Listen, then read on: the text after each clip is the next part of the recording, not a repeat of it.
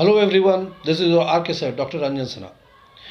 I welcome everyone, my friends, my well-wishers, my viewers and my students in my online sociology class.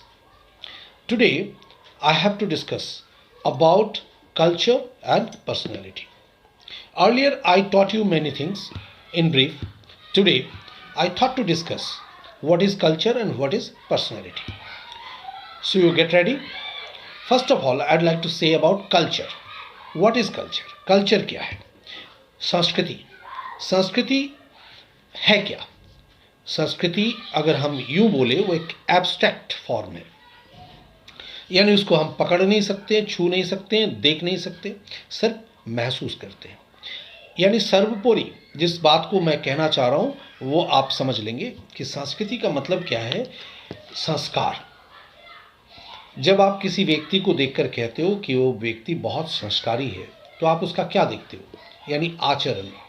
The way he behaves, जिस तरीके से वो बर्ताव करता है, क्या उसका बर्ताव समाज के लायक है या नहीं है, या फिर उसके उस बर्ताव को देखकर हम उनकी समालोचना करते हैं, या फिर यूं कहते हैं कि नहीं, उनका जो बिहेव था वह निंदनीय था, यानी उनका समालोचना हो सकता है.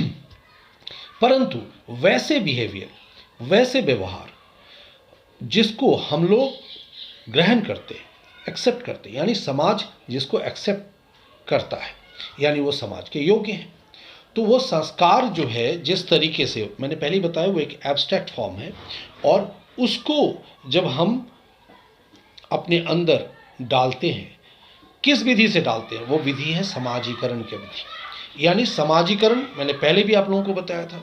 जिस तरीके से एक जैविकीय प्राणी एक सामाजिक प्राणी में तब्दील होता है, यानी परिवर्तित होता है, तो जो तरीका हम अपने समाज में रहकर, अपने परिवार में रहकर सीखते हैं, जिसको सीखकर हम समाज के अनुरूप आचरण करना शुरू करते हैं, वो हमारे लिए समाजीकरण की प्रक्रिया होता है.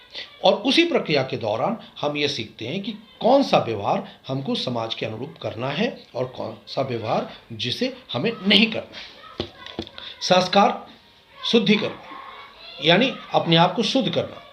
संस्कार कल्चर के दौरान हम सीखते हैं कष्ट सहने की क्षमता, किस गुण का विकास करना चाहिए, किन चीज़ों को अपने अंदर से हटाना चाहिए. In brief I am talking to you. Later on हम लोग बाद में चल के इसका एक और अलग डिस्कशंस करेंगे, लेकिन अभी फ़िलहाल जो चीज़ मैं बता रहा हूँ कि व्हाट इज़ कल्चर.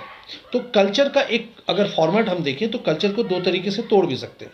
एक को हम कहते हैं कि भौतिक संस्कृति और दूसरे को कह सकते हैं अभौतिक संस्कृति, यानी मटेरियलिस्टिक एंड नॉन मटेरियलिस्टिक.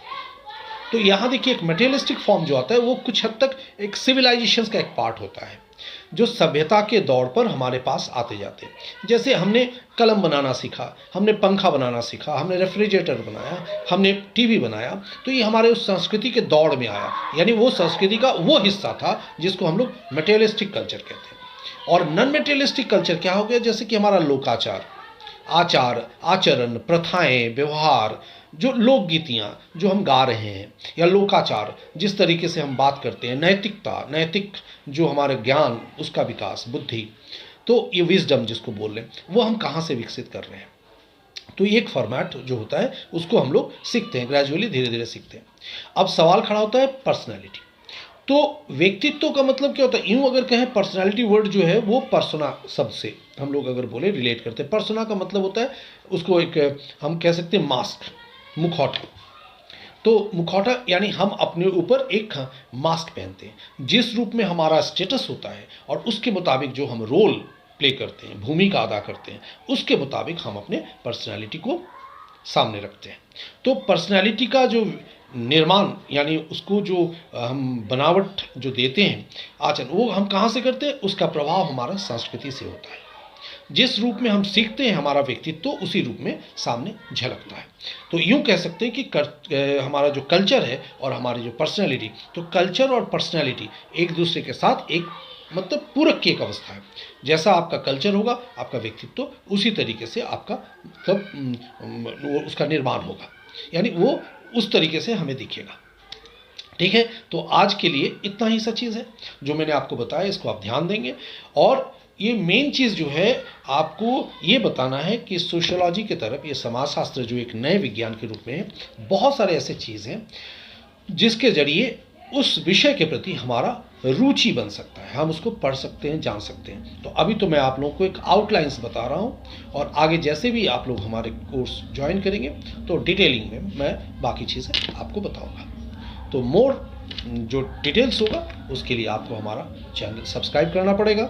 वहाँ आप सब्सक्राइब करेंगे doctor Ranjan Sinha, and you can get more details. Thank you. तो आज के लिए इतना ही।